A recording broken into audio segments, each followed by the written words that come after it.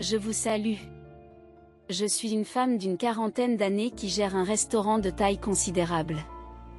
Il est intéressant de noter qu'au départ, je n'avais pas prévu de travailler dans le secteur de la restauration. Permettez-moi de vous raconter comment ma vie a pris ce tournant inattendu. Malheureusement, j'ai perdu mon père très jeune et ma mère a pris la responsabilité de m'élever tout en gérant un restaurant qui servait principalement les chauffeurs de taxi. Grâce à ses talents culinaires exceptionnels, son établissement attirait non seulement les chauffeurs de taxi locaux, mais aussi des visiteurs venus de loin à la recherche de ces plats délectables. Grâce aux revenus du restaurant, ma mère a pu m'offrir une éducation et me soutenir jusqu'au mariage. Ma mère était très fière de son travail et s'efforçait toujours de préparer les plats avec le plus grand soin. Cependant, les choses ont pris une tournure inquiétante lorsqu'elle a commencé à perdre du poids et à se plaindre fréquemment de douleurs à l'estomac. C'était un contraste frappant avec la santé qu'elle affichait auparavant. Je lui ai fait part de mes inquiétudes, l'invitant à se ménager et à consulter un médecin. Compte tenu de son âge et de sa perte de poids spectaculaire, elle a rejeté mes inquiétudes, déclarant que le goût de la nourriture avait changé et refusant de risquer de décevoir ses fidèles clients en faisant appel à un autre cuisinier. Elle pensait qu'un jour de repos suffirait à la soulager. Pour tenter de la soutenir, je me rendais souvent au restaurant après avoir déposé ma fille au jardin d'enfants. Cependant, ma mère essayait toujours de me renvoyer, se demandant pourquoi je ne m'occupais pas plutôt de Jane. Je l'ai rassurée en lui disant que je ne venais que lorsque Jane était à l'école et je l'ai encouragée à consulter un médecin. J'ai proposé que si le médecin confirmait son bien-être, je cesserais mes visites, sinon, je demanderais au père de Jane d'intervenir et de l'aider. Finalement, j'ai réussi à convaincre ma mère, en insistant sur l'importance de ne pas accabler mon mari de travaux physiques, lui qui travaillait déjà beaucoup à l'extérieur de la maison. À contre-séure, elle a accepté, poussant un profond soupir et promettant de voir un médecin le lendemain. Ne voulant pas qu'elle doive affronter seule la visite du médecin, je me suis arrangée pour que mon mari prenne le bus pendant que je conduisais ma mère à l'hôpital. Le médecin, après avoir observé le teint de ma mère et procédé à un examen approfondi de ses yeux et de sa poitrine, a décidé que des examens complémentaires étaient nécessaires. Mon inquiétude s'est accrue, malheureusement, mes appréhensions ont été confirmées lorsque les résultats des tests ont indiqué qu'elle devait être envoyée dans un hôpital plus important pour des évaluations plus approfondies. Il était impératif qu'elle y soit soignée. Dès que possible, j'ai compris qu'il fallait transférer ma mère dans un grand hôpital. La suggestion du médecin m'a fait l'effet d'une tonne de briques, mais je ne pouvais pas supporter de révéler la vérité à ma mère. Elle avait travaillé sans relâche toute sa vie, uniquement pour moi, et si elle découvrait qu'elle était atteinte d'une maladie maligne, cela la terrifierait. J'ai donc inventé une excuse, lui disant que le médecin n'avait pas le matériel nécessaire pour les tests, et je lui ai conseillé d'aller se faire soigner dans un hôpital plus important. Je n'ai pas pu m'empêcher de m'interroger sur la nécessité de ces tests. N'étaient-ils pas généralement effectués sur des femmes enceintes? Pourquoi devais-je les subir? Le médecin n'était-il pas un charlatan? Cependant, j'ai appris que les femmes âgées devaient subir des tests complets, comme le recommandaient tous les médecins. Il semblait prudent de dissiper les doutes et d'obtenir les médicaments appropriés pour son bien-être. À contre-séure, j'ai accompagné ma mère dans un hôpital universitaire. Au fond de moi, j'espérais que le premier diagnostic avait été une erreur, mais malheureusement, le résultat a été dévastateur. On lui a diagnostiqué un cancer de la rate. Le médecin de l'hôpital a insisté sur l'urgence d'une intervention chirurgicale et j'ai donc informé ma mère qu'elle devait être hospitalisée immédiatement. Je n'ai pas pu me résoudre à lui révéler qu'elle avait un cancer de la rate. Je lui ai plutôt dit qu'elle semblait avoir un ulcère et qu'une intervention chirurgicale était nécessaire pour en déterminer la gravité. Je l'ai encouragée à se faire admettre et à programmer l'opération. Elle a hésité, suggérant que des médicaments pouvaient suffire pour un ulcère. Cependant, je ne pouvais pas accepter cette option. Elle avait déjà manqué trop de jours de travail récemment. Je lui ai rappelé les responsabilités qu'elle avait au restaurant, l'exhortant à donner la priorité à sa santé. Je me suis sentie frustrée par son entêtement et j'ai exprimé mon inquiétude pour son bien-être. Je lui ai rappelé que s'il lui arrivait quelque chose, je resterais seule au monde. Pourquoi ne pensait-elle qu'à satisfaire ses désirs? Pour la première fois, ma réaction a surpris ma mère. Elle a semblé décontenancée, mais a fini par changer d'avis. Elle a reconnu qu'elle ne s'attendait pas à ce que ma réaction soit aussi intense. Néanmoins, elle a demandé à pouvoir visiter le restaurant brièvement avant son entrée à l'hôpital, en promettant de tout organiser. Après avoir confirmé son engagement, j'ai informé le médecin qu'elle serait admise une semaine plus tard. Ce soir-là, j'ai raccompagné ma mère à la maison. J'ai senti qu'elle avait besoin de connaître la vérité sur sa maladie et j'ai trouvé le courage de tout lui dire. La nouvelle l'a laissée sous le choc, mais elle s'est calmée et a dit calmement: « Je vais le supporter, tout ira bien et je reviendrai. Ne vous inquiétez pas pour moi. » À ce moment-là, j'ai réalisé l'incroyable force et la résilience d'une mère. À ma place, je me serais plainte au monde entier ou j'aurais succombé au désespoir.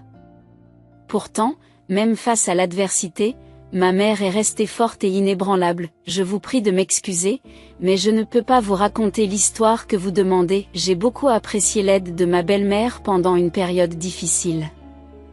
Juste avant que ma mère ne doive être hospitalisée, elle a laissé ma belle-mère prendre les choses en main et je l'ai vue s'occuper de tout par elle-même. Cependant, ma belle-mère n'avait pas l'habitude de travailler avec notre aide-cuisinier, ce qui a provoqué quelques conflits. La cuisinière élevait parfois la voix par frustration, notamment lorsque j'avais conseillé de ne pas utiliser trop d'huile dans la vinaigrette ou de ne pas faire cuire les pommes de terre rissolées assez longtemps sur le grill. J'ai dû intervenir et m'excuser auprès des deux. Pour apaiser les tensions, j'ai décidé d'emmener ma belle-mère dans un café et je lui ai offert un jus de fruits, ce qui l'a calmée. Malheureusement, ma mère n'a pas supporté les désaccords persistants et est retournée à la cuisine, réalisant que cette situation ne fonctionnerait pas lorsque nous serions plus occupés par le travail. J'ai expliqué que les tensions allaient inévitablement monter de temps en temps parce que ma belle-mère est de la famille, mais qu'il lui serait difficile de continuer à se disputer avec le cuisinier. J'ai demandé à ma mère comment elle gérerait la situation, car je ne pouvais pas quitter l'hôpital au milieu de mon traitement. Bien que je sois inquiète, ma belle-mère m'a rassurée en me disant qu'elle essaierait à nouveau, car c'était la première fois qu'elle travaillait dans un restaurant. Elle a reconnu qu'elle pourrait faire quelques erreurs, mais m'a rappelé que personne n'est parfait dès le départ. Me souvenant de mes propres expériences passées, j'ai promis de donner un coup de main plus souvent. Cela a permis d'apaiser certaines inquiétudes. Plus tard dans la journée, mon mari est passé après le travail et a également rassuré ma mère. Il a promis de lui parler et de l'encourager à faire de son mieux si elle continuait à travailler le week-end. Il lui a assuré qu'il viendrait également l'aider jusqu'à ce qu'elle se rétablisse et puisse sortir de l'hôpital. L'objectif était de réduire ses heures de travail, d'autant plus qu'elle ne se sentait pas à l'aise dans ce rôle. Ma mère s'est sentie mieux. 2 jours plus tard, ma mère a été admise à l'hôpital pour une intervention chirurgicale. J'ai prié avec ferveur pour que le cancer ne se soit pas propagé à d'autres régions et j'ai attendu avec impatience les résultats de l'intervention. Malheureusement, le chirurgien n'avait pas une expression positive sur son visage lorsqu'il a annoncé la nouvelle. Comme je l'avais craint, le cancer s'était effectivement propagé dans la région entourant la rate. Par conséquent, le pronostic n'était pas prometteur. En raison de l'apparition d'une jaunisse, le cancer s'était également propagé aux ganglions lymphatiques. Le médecin s'est excusé, mais a insisté sur le fait que nous devions nous préparer à ce qui nous attendait. Cette révélation m'a frappé comme un tremblement de terre, faisant vaciller le monde autour de moi. Je n'ai pas pu m'empêcher de pleurer, accablé par la culpabilité de ne pas avoir réalisé plus tôt que ma mère était malade. Elle a été transférée à l'unité de soins intensifs, mais est restée inconsciente pendant 2 jours. La situation était incroyablement effrayante. J'étais submergée par l'anxiété et je ne pouvais même pas penser au restaurant ou à l'état de santé de ma belle-mère. Ma seule préoccupation était de prier pour un miracle en faveur de ma mère. Lorsque ma mère a ouvert les yeux, je n'ai pu que pleurer, mais elle ne comprenait pas mes émotions. Elle ne s'inquiétait que pour le restaurant. « Pourquoi es-tu encore là ? Dépêche-toi d'aller au restaurant. » m'a demandé ma belle-mère. Jay qui ira après le travail. Qu'est-ce qu'il en sait? Vas-y, fais-le pour moi, a chuchoté ma mère en insistant pour que je parte. J'ai eu pitié de ma mère et je suis allée au restaurant en pleurant.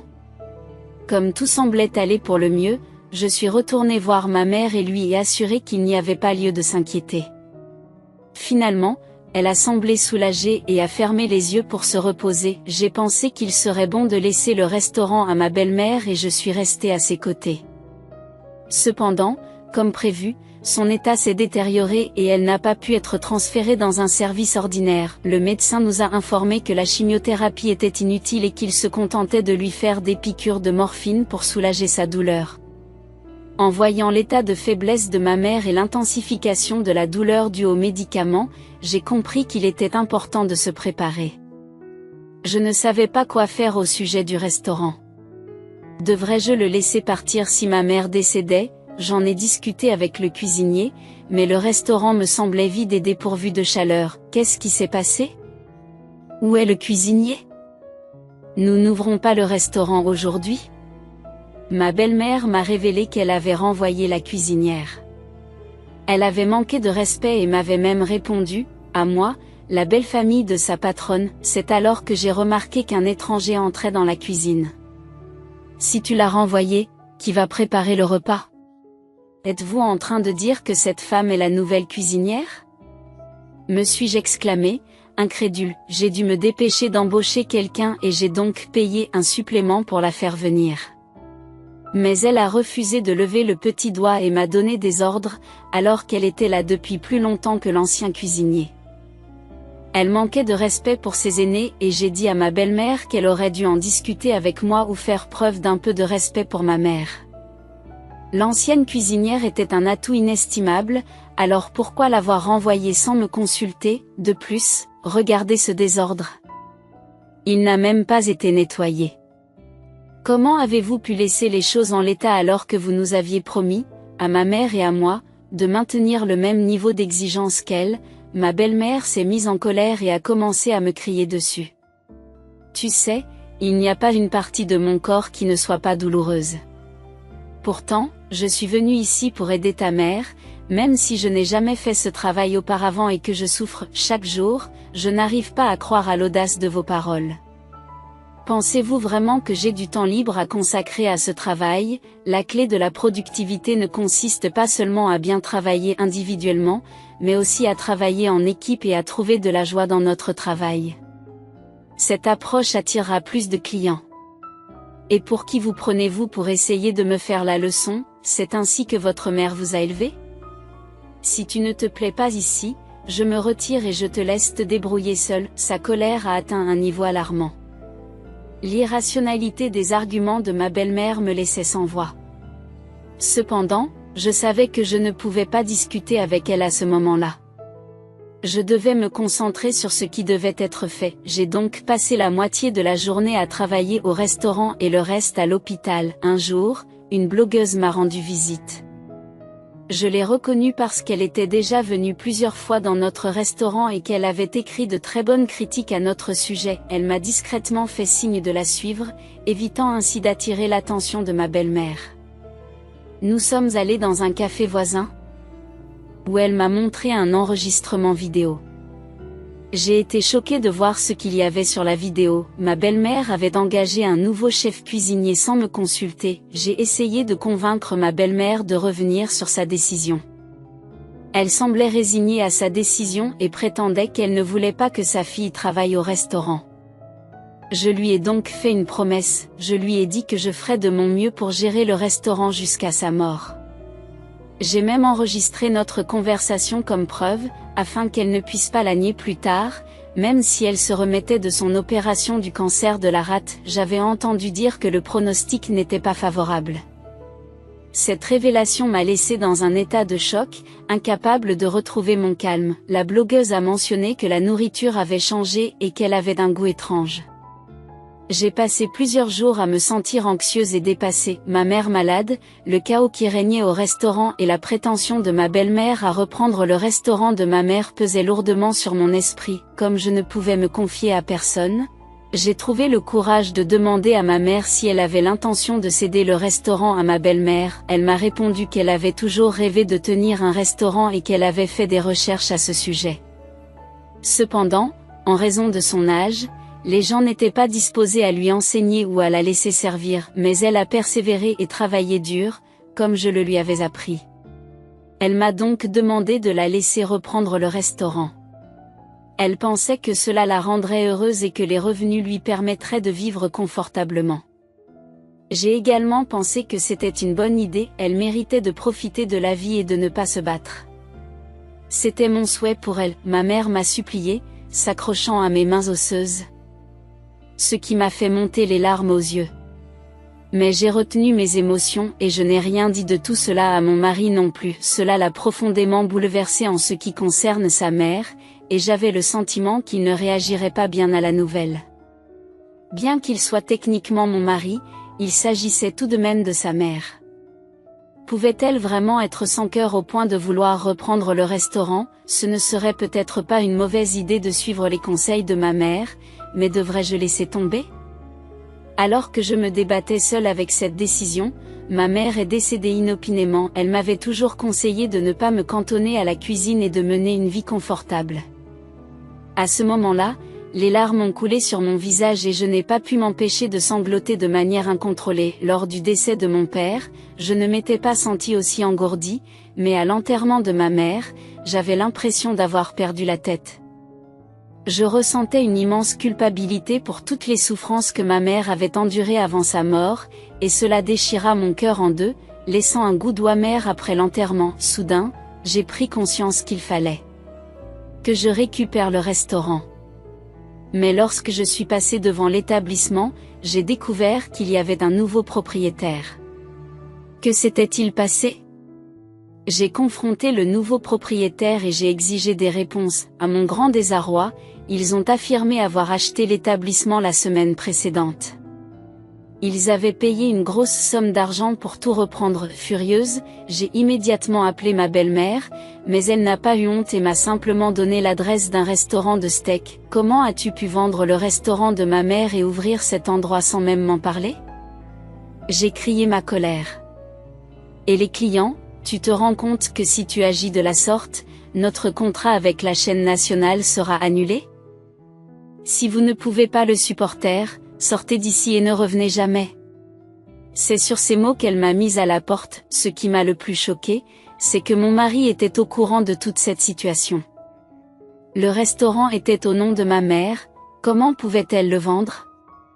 Pourquoi ne m'as-tu pas informé? J'étais à moitié perdue à cause de l'enterrement de ma mère, mais j'allais vous dire que ma mère avait transféré le restaurant à ma mère pour le vendre. Ma mère l'a vendu à un prix élevé à quelqu'un qui pouvait mieux le gérer, et ils ont ouvert une chaîne renommée de Stickoos. N'est-ce pas là une amélioration? Alors pourquoi êtes-vous si furieux et me faites-vous sentir mal? J'ai découvert plus tard que ma belle-mère avait rendu visite à ma mère à l'hôpital et lui avait assuré qu'elle s'occuperait du contrat immobilier. Ma mère l'a cru et c'est ainsi qu'elle a réussi à vendre le restaurant. J'ai consulté un avocat dans l'espoir de récupérer l'établissement, mais il s'est avéré que ma belle-mère disposait d'un enregistrement vocal de l'accord verbal conclu par ma mère. Dans de tels cas, un accord verbal peut avoir une valeur juridique. Malheureusement, l'enregistrement ne mentionnait pas d'argent pour le transfert du restaurant.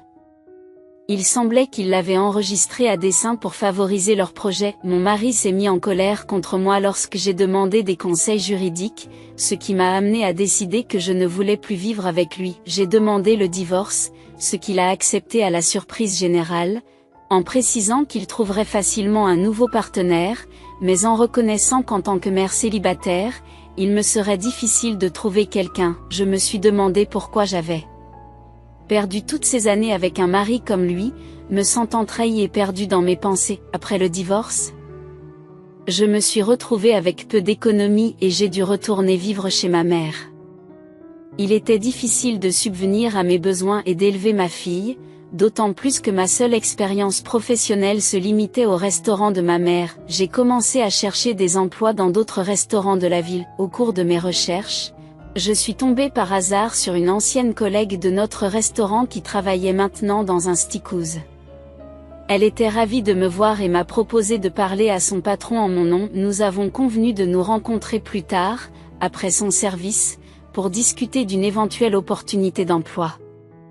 Au café, elle m'a proposé l'idée d'ouvrir ensemble un petit restaurant en utilisant mes économies et sa contribution financière. Nous l'installerions à la périphérie de la ville. Inspirée par sa confiance, j'ai accepté l'idée, réalisant que le fait de l'avoir comme partenaire me rendrait plus fort. En rangeant la chambre de ma mère, je suis tombée sur un carnet contenant toutes ses recettes secrètes. J'ai partagé cette découverte avec la cuisinière et nous avons commencé à pratiquer et à perfectionner ses recettes. Grâce à ces plats délicieux, nous avons ouvert notre petit restaurant, bien qu'il ait commencé lentement. Le goût des recettes de ma mère a rapidement gagné en popularité auprès des clients, grâce aux recommandations de bouche à oreille, même d'anciens chauffeurs de taxi sont venus dans notre restaurant pour goûter nos plats. Notre activité étant florissante, nous avons fini par déménager dans un local plus grand. 3 ans plus tard, j'ai remarqué qu'un autre restaurant prospère avait commencé à vendre en ligne des produits alimentaires emballés. J'ai suggéré à la cuisinière d'explorer cette voie, ce qu'elle a accepté sans hésiter. Nous avons commencé à emballer et à vendre nos plats, et beaucoup de nos clients fidèles ont commencé à les acheter en gros. Notre restaurant est devenu un succès et nous avons commencé à faire des économies substantielles. Chaque fois que je pense à ma mère, je ressens une vague d'émotion et de gratitude. Grâce à son carnet de recettes secrètes, j'ai pu mener une vie agréable.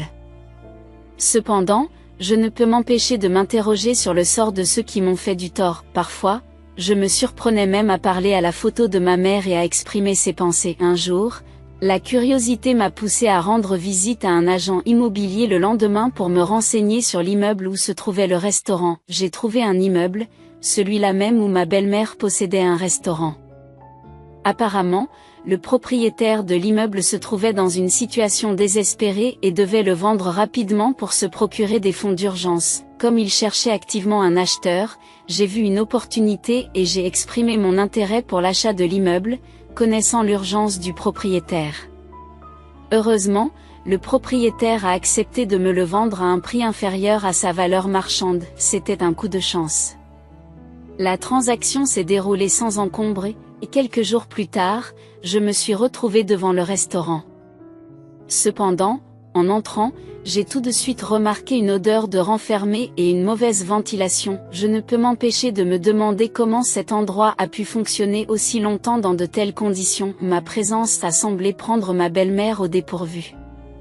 Elle n'a même pas pris la peine de lever les yeux jusqu'à ce que je me tienne devant elle. Dès qu'elle m'a vu, son expression s'est transformée en surprise. « Qu'est-ce que tu fais là » s'exclama-t-elle avec colère. « Je dois quitter ce bâtiment, donc vous devez partir. Votre contrat a expiré et vous êtes en retard dans le paiement des loyers, sans parler de la façon dont vous avez laissé ce restaurant se dégrader en termes d'hygiène. Cela dévalorise mon immeuble. Qu'est-ce que vous avez à faire pour vous occuper de mon immeuble ? Ne restez pas là et n'attirez pas la malchance. Sortez d'ici immédiatement.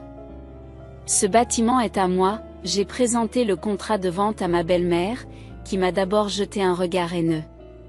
Mais son visage s'est figé à la lecture du contrat. Elle m'a empoigné et m'a demandé « Qu'est-ce que cela signifie ? Nous étions en train de faire des affaires ici. Même si vous êtes vraiment le propriétaire de l'immeuble, comment pouvez-vous soudainement nous dire de partir ? Vous êtes l'ex-femme de mon fils et je vous ai même aidé lorsque votre mère était malade. Comment pouvez-vous nous faire ça ? Vous étiez là pour nous, du moins nous le pensions. N'avez-vous pas vendu le restaurant de ma mère le jour de son enterrement ? Et qu'avez-vous fait de cet argent ? Tu l'as simplement empoché et tu as ouvert ce restaurant en riant. Ne me faites pas rire, j'ai l'intention d'intenter une action en justice pour escroquerie. Partez dès demain. En entendant le vacarme, mon ex-mari, Jake, a été appelé par sa mère et s'est précipité sur les lieux, abandonnant son travail à mi-chemin. Il m'a demandé pardon et m'a exhorté à comprendre. Nous vivions dans la pauvreté et lorsque nous avons enfin eu de l'argent, nous avons perdu la raison. Vous n'étiez pas comme ça, n'est-ce pas ? La mère de Jake est intervenue, demandant une chance et suppliant, s'il te plaît, Darlene. Donne-nous une autre chance. Nous sommes vraiment désolés, des excuses ne résoudrait-elles pas tout, je n'ai pas pu m'empêcher de répondre vivement, les excuses ne signifient rien si elles ne sont pas suivies d'actes. Tu aurais dû t'excuser et tout rendre. Tu savais combien ma mère avait tenu à te confier son restaurant sur son lit de mort, elle ne pensait qu'à moi mais vous faisait confiance à tous les deux. Et maintenant, qu'est-ce que tu dis, Jake? Si vous avez quelque chose à dire, dites-le, chère conscience. Ce n'est pas bien pour moi de me comporter ainsi. Dois-je divulguer toutes les choses que vous avez faites jusqu'à présent à vos collègues? Ce n'est qu'ainsi que mon ex-belle-mère et mon ex-mari resteront sans voix. J'ai récemment découvert que ma belle-mère avait été citée à plusieurs reprises pour des infractions au code de la santé publique. En fait, le siège de sa franchise a mis fin au contrat qui la liait à elle. Après les avoir mis à la porte, j'ai transféré notre restaurant dans mon propre établissement. À ma grande surprise, ils sont revenus tous les deux, affirmant qu'ils étaient sans ressources après avoir payé les pénalités. Cependant, leurs difficultés financières ne me concernent pas, la pensée de leur tromperie à l'égard de ma mère me remplit encore de rage. Néanmoins, je mène actuellement une vie heureuse avec ma fille, ignorant totalement leurs machinations. Rétrospectivement, c'est ce qui s'est passé de mieux, malgré les objections de ma mère à ce que je travaille dans la cuisine, je suis simplement fidèle à ma lignée. Il était inévitable que le fait de voir mes clients satisfaits aller et venir dans notre restaurant me procure de la joie, je crois de tout cœur que ma mère éprouve également du bonheur en étant témoin du mien. Je ferai tout ce qui est en mon pouvoir pour continuer à vivre une vie épanouie. Je vous remercie de m'avoir prêté votre oreille et de m'avoir permis de partager mon histoire, je vous souhaite sincèrement beaucoup de bonheur et rien que des expériences positives. S'il vous plaît, soutenez-moi et encouragez-moi en laissant vos sages pensées et vos commentaires dans la section des commentaires. Vos likes et abonnements m'aideront également beaucoup, je vous souhaite une excellente journée.